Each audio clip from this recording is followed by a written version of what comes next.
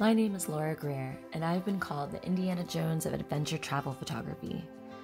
As a photojournalist for the past 20 years, I've photographed on all 7 continents, and I've made a life out of exploring the world, capturing it, and writing about my experiences. The most satisfying work that I've done in my career has been with Navica, in association with National Geographic. It's a global catalog that represents artisans from around the world who are practicing vanishing arts, art forms that will be lost through the generations if there isn't a global marketplace for these people to sell their goods. Recently, I embarked on a passion project called Andeana Hats, where I'm working together with the indigenous women in the Sacred Valley of Peru and making alpaca wool hats that we can share with the world and help give them a sustainable income to help further their cultural practices. Recently, I decided to embark on a photo journey in the Andes Mountains of Peru. I got special permission to travel to many different indigenous villages and meet incredible Quechua women from each of them. I got to photograph them and learn about the stories of their unique hats. Every village has its own hat style. You can look at a person's hat and tell what village they're from, whether they're married or single or engaged or important.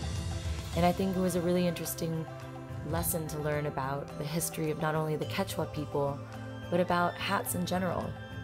If you think about the history of the hat in the world, there's kings and bishops and important people that always have something on their head.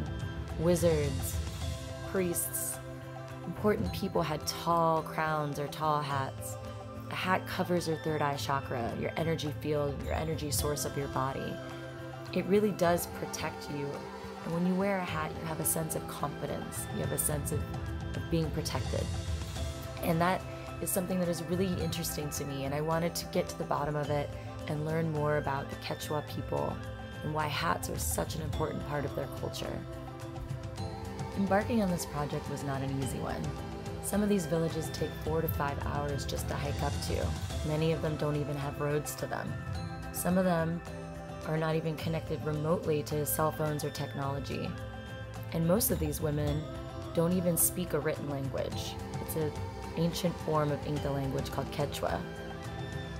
I realized on this trip that I barely scratched the surface to all of the amazing communities that still exist high in the Andes Mountains.